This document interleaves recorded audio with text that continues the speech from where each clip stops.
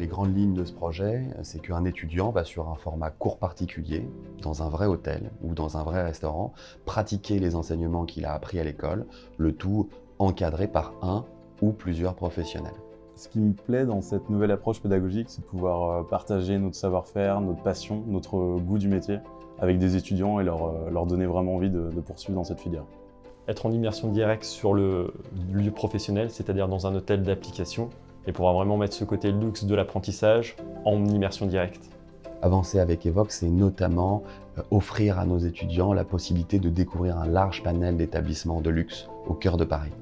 On a défini différents luxes, le luxe classique avec le Nolinski, le luxe exclusif avec le restaurant du Palais Royal et Cour des Vosges, le luxe décontracté avec Braque et le luxe décalé avec Sinner. Alors pour moi, le principal avantage du service en salle, c'est de pouvoir pratiquer l'enseignement transmis par notre formateur directement sur un lieu professionnel et être face au matériel qui nous attend demain.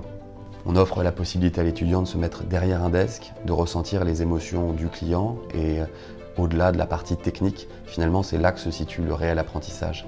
Alors l'avantage principal pour moi au niveau du service d'étage, c'est d'être confronté à tous les différents éléments du service d'étage, aussi bien femme de chambre que gouvernante, et être face aux différentes procédures et matériels qu'on peut avoir dans nos hôtels de demain. On doit vraiment s'inscrire dans un programme pédagogique qui corresponde exactement aux souhaits et aux besoins qu'on va avoir dans le futur. Ce que je voudrais dire aux étudiants d'ici ICAR, c'est que du coup, ils ont leur place totale dans le groupe Evoque une fois qu'ils ont fini leur formation. Pour moi, les hôtels de la collection Evoque sont synonymes de luxe et d'émotion.